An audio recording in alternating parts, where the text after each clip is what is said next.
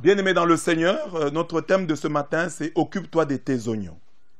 Dans les dictionnaires du français non conventionnel, l'expression « Occupe-toi de tes oignons » vient du centre de la France, où une marque d'indépendance des femmes était leur droit de cultiver un coin de jardin où elles faisaient pousser des oignons avant d'aller les vendre sur le marché pour se faire un peu d'argent de poche.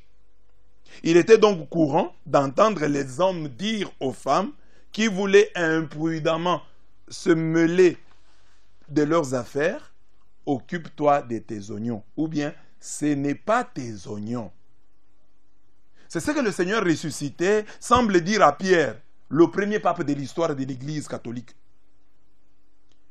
Lorsque le ressuscité lui annonce qu'il mourra martyr, Pierre voulut s'intéresser au sort du disciple bien-aimé. Il dit, mais si moi je meurs martyr, moi, Pierre, moi, la pierre sur laquelle Jésus va bâtir son église, si moi je meurs martyr, qu'en sera-t-il du disciple bien-aimé? La réponse du Seigneur est très interpellante. Si je veux qu'il demeure jusqu'à ce que je vienne, que t'importe? Toi, suis-moi. Le bruit courut donc parmi les frères que ses disciples ne mourraient pas. Or, Jésus n'avait pas dit à Pierre qu'il ne mourrait pas. Non, Jésus n'avait pas dit à Pierre qu'il ne mourrait pas. Mais si je veux qu'il demeure jusqu'à ce que je vienne, que t'importe? Jean 21, 22 à 23. C'est étonnant, bien-aimé, de voir comment Pierre, qui a reçu de Jésus le pouvoir des clés, les clés du royaume des cieux, s'intéresse au sort des gens avec un brin de jalousie. N'est-ce pas à lui que le Seigneur a dit, tu es Pierre, et sur cette pierre, je bâtirai mon église, et les portes de l'Hadès ne tiendront pas contre elle. Je te donnerai les clés du royaume des cieux. Quoi que tu lies sur la terre, ce sera tenu dans les cieux pour lier. Et quoi que tu délies sur la terre, ce sera tenu dans les cieux pour délier. Matthieu 16, 18 à 19. C'est l'envie, bien-aimé, qui nous pousse, la jalousie, l'envie qui nous pousse souvent à croire que la meilleure bénédiction, la meilleure grâce, la meilleure femme, le meilleur mari, c'est tout ce qu'il y a de bon se trouve chez l'autre, chez le voisin. On dit, la meilleure femme, c'est la femme du voisin. La meilleure grâce, c'est la grâce du voisin. La meilleure église, c'est l'église du voisin. Nous sommes jaloux, nous sommes envieux. Nous méprisons, nous calomnions nos propres grâces. Nous calomnions nos propres bénédictions. Et nous envions les autres. Nous pensons qu'eux vivent mieux, sont mieux doués, mieux dotés. Et que nous ne sommes rien. Et cette jalousie nous empêche de voir, d'admirer, de contempler, de nous montrer reconnaissants envers Dieu pour les grâces qu'il nous a données. Pierre a reçu la grande grâce, c'est lui la pierre sur laquelle Jésus va bâtir son église. Il a les clés du royaume des cieux, mais il s'inquiète. Il croit que Jean peut lui prendre ça, peut lui voler la vedette, peut lui prendre sa place. Pierre est tombé dans ce piège. Lui, le premier pape de l'église. Ça doit nous interpeller. Donc, ce piège est toujours là, devant chacun de nous, tendu. Nous devons être vigilants pour ne pas tomber dedans. Nous y tombons souvent, mes bien-aimés. Nous vivons ce que dit le sage au sujet de celui qui ne s'occupe pas de ses oignons. Que dit le sage? Le sage dit que c'est lui qui ne s'occupe pas de ses affaires, c'est lui qui veut s'immiscer dans la vie d'autrui, qui s'intéresse à ce qui arrive à l'autre. Il prend, Proverbe 26, 17 dit, il prend par les oreilles un chien qui passe. C'est lui qui s'immisce dans une querelle étrangère. Nous nous mêlons de tout. Ce n'est pas bien. Mais nous nous mêlons surtout des erreurs, des péchés, des crimes vrais ou supposés des autres. Matthieu 7, 3 dit, pourquoi vois-tu la paille qui est dans l'œil de ton frère et n'aperçois-tu pas la poutre qui est dans ton œil? Toi, qui es-tu? Ça c'est Romains 14, 4, 10, 12. Toi, qui es-tu pour juger un serviteur d'autrui? Qu'il reste debout ou qu'il tombe, cela ne concerne que son maître. D'ailleurs, il restera debout car le Seigneur a la force de le soutenir. Mais toi, pourquoi juger ton frère? Et toi, pourquoi mépriser ton frère? Tous, en effet, nous comparaîtrons au tribunal de Dieu. C'est donc que chacun de nous rendra compte à Dieu pour soi-même. C'est là l'interpellation, mes bien-aimés. Regardons nos vies, nous avons beaucoup de choses à faire. Nous avons du pain sur la planche. La vie que nous menons nous demande déjà beaucoup de concentration. Normalement, nous ne devions pas avoir le temps de nous concentrer sur la vie des autres. Si nous nous concentrons sur la vie des autres, que ce soit pour les aider, pour leur venir en aide. Mais pas pour les envier, pour les jalouser. La meilleure information, ce n'est pas celle que tu as sur ton frère. La meilleure information, c'est celle que tu as sur toi-même, sur ton avenir. Que seras-tu demain? De quoi sera fait ton lendemain, ici sur terre et dans l'éternité? C'est ça qui devrait nous préoccuper davantage, notre vie éternelle. Où passeras-tu l'éternité?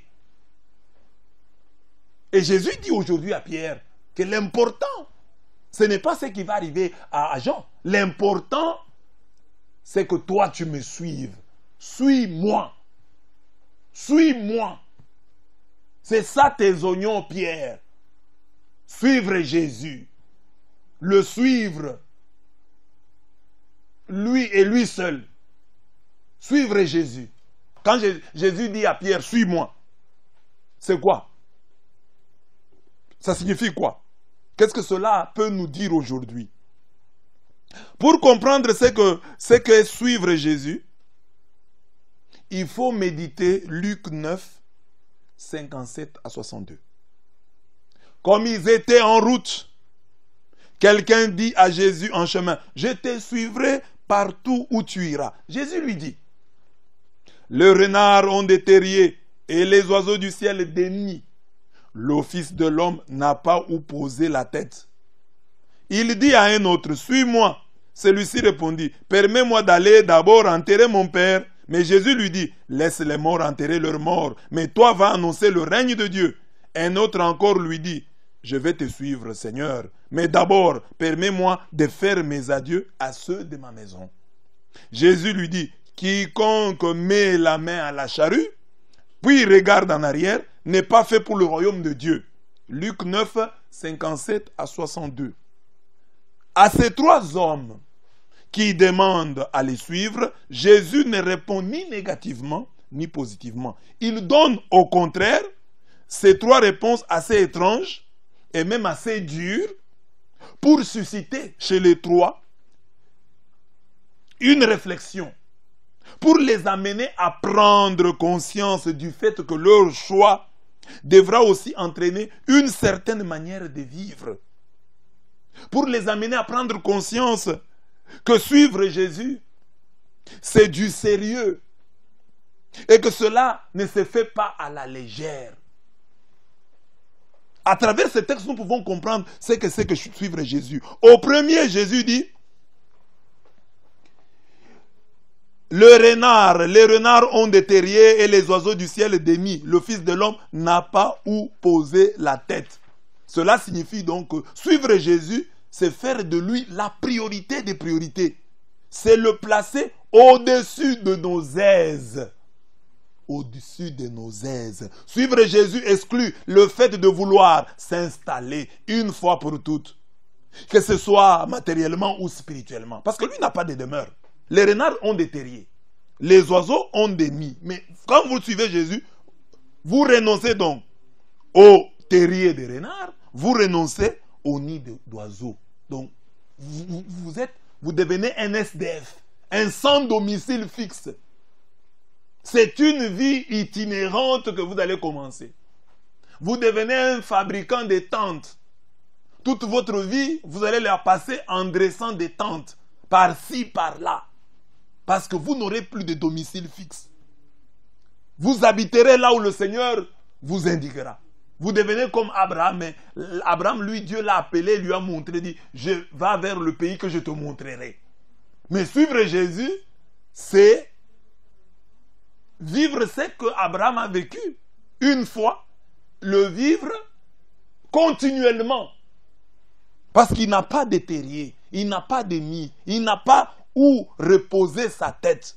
C'est une vie donc qui va vous fatiguer. Une vie de permanent et perpétuel déplacement, permanent et perpétuel déménagement. Avec Jésus, vous déménagerez sans cesse. Spirituellement, j'ai dit, mais aussi spatio-temporellement. Faire route avec Jésus, c'est être prêt à aller toujours plus loin, toujours en avant, à renoncer sans cesse à tous nos acquis. Nous remettre continuellement en cause, en question. Suivre Jésus, c'est lui sacrifier notre précieux temps et notre argent chèrement acquis. Donc, il n'y a pas d'aise quand vous suivez Jésus. Vous renoncez à vos aises. Parce qu'aujourd'hui, il peut vous dire, allez à tel endroit, allez à tel autre endroit. Lui, c'est un prédicateur itinérant. Il n'a pas d'endroit où reposer la tête. La condition des disciples de Jésus est de loin inférieure à celle des renards et à celle des oiseaux. Les oiseaux ont des nids, les renards ont des terriers, mais Jésus n'a pas de maison. Il n'a pas de résidence. Aujourd'hui, il dort ici, demain, il dort là-bas. Et vous le suivez. Donc, il faut être conséquent. Il faut savoir que c'est une vie mouvementée, une véritable vie de soldat. Comme les soldats, aujourd'hui, peuvent être en Bujima, ils demain mutés à Kamina, le lendemain, ils sont mutés à Lubumbashi, ils vont à l'Équateur. C'est ça, la vie des soldats. Alors, quand vous voulez suivre Jésus, c'est ça. Ça doit vous intéresser plus. Parce que vous êtes votre chrétien et vous vous êtes installé. Vous êtes déjà, en vous installant, même si votre installation physique peut se comprendre, mais votre installation spirituelle, votre installation mentale ne peut pas s'expliquer. Ça doit vous préoccuper plus que le sort réservé à Jean, les sorts réservés aux autres. Occupe-toi de tes oignons. Suivre Jésus, c'est déjà compliqué. Parce qu'il n'a pas de terrier, il n'a pas de nid, il n'a pas d'endroit où reposer la tête. Et tu le suis. C'est compliqué. Ça demande beaucoup de concentration. Ça demande beaucoup d'abnégation, beaucoup de sacrifices. Suivre Jésus, c'est faire de Jésus la priorité des priorités. C'est le placer au-dessus de nos deuils et de nos funérailles. Quoi de plus légitime, mes bien-aimés, que de pleurer ces êtres chers. Ce monsieur dit à Jésus, le deuxième appelé, il dit, permets-moi d'aller d'abord enterrer mon père. Jésus lui dit, laisse les morts enterrer leurs morts, mais toi, va annoncer le règne de Dieu. Il y a deuil. Je viens de perdre mon papa, mon très cher papa. Jésus dit, non, laisse ton papa, suis-moi. Renonce à tes deuils et à tes funérailles. Moi, je suis la priorité des priorités. Même si ton papa est mort, suis-moi. C'est faire le choix donc entre la vie et la mort. C'est se mettre en route pour annoncer le règne de Dieu. C'est laisser derrière soi toutes les puissances de mort qui sont en nous et autour de nous pour miser avec confiance sur la vie.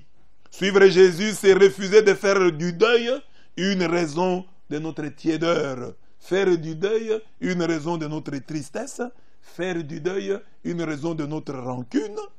Faire du deuil une raison de notre paresse. Ton papa est mort, le monde continue. L'évangile doit être annoncé. Tu dois suivre Jésus-Christ. Je ne t'invite pas à être un sans-cœur. Ça va te faire mal. Mais Jésus étant la priorité des priorités, la mort de ton père, la mort de ta mère, la mort de ta femme, de ton mari, ne peut pas t'arrêter. Ne peut pas t'arrêter dans ton élan à suivre Jésus-Christ. Et là, nous devons évangéliser nos deuils. Souvent, quand il y a deuil, nous voyons les gens perdre les repères. Au deuil, on vient faire du désordre. Il y a des gens qui veulent devenir des stars au deuil. Ils sont des chrétiens. Ils viennent au deuil, ils font du désordre. Le deuil est devenu le moment où tout s'excuse, tout se comprend. Non, vous avez perdu un être cher, c'est vrai, c'est triste. Mais Jésus est au-dessus de tout. Suivre Jésus, c'est comprendre qu'il faut laisser les morts enterrer leurs morts. C'est-à-dire qu'il faut se détacher. Pourquoi est-ce que nous disons qu'il y a la vie éternelle? Pourquoi est-ce que nous proclamons que nous croyons en la résurrection de la chair? C'est que dans nos deuils à nous doivent être différents des deuils des païens. Paul dit que nous ne devons pas nous affliger comme ceux qui n'ont pas d'espérance. Nous avons l'espérance. Il y a des parents qui sont restés tristes toute la vie pour avoir perdu un enfant. Ils en ont eu 10. Et ils ont perdu un enfant. Et depuis qu'ils ont perdu l'unique enfant là, ils n'ont même plus le temps de s'occuper des 9. Tout le temps, ils sont en train de pleurer l'unique qui est mort. Et les 9 là sont des enfants en caoutchouc ou en bambou. Sont aussi des enfants. Dieu a pris 1, 9 sont restés. Loue Dieu. Garde la joie pour les 9 qui sont restés. Vis pour eux.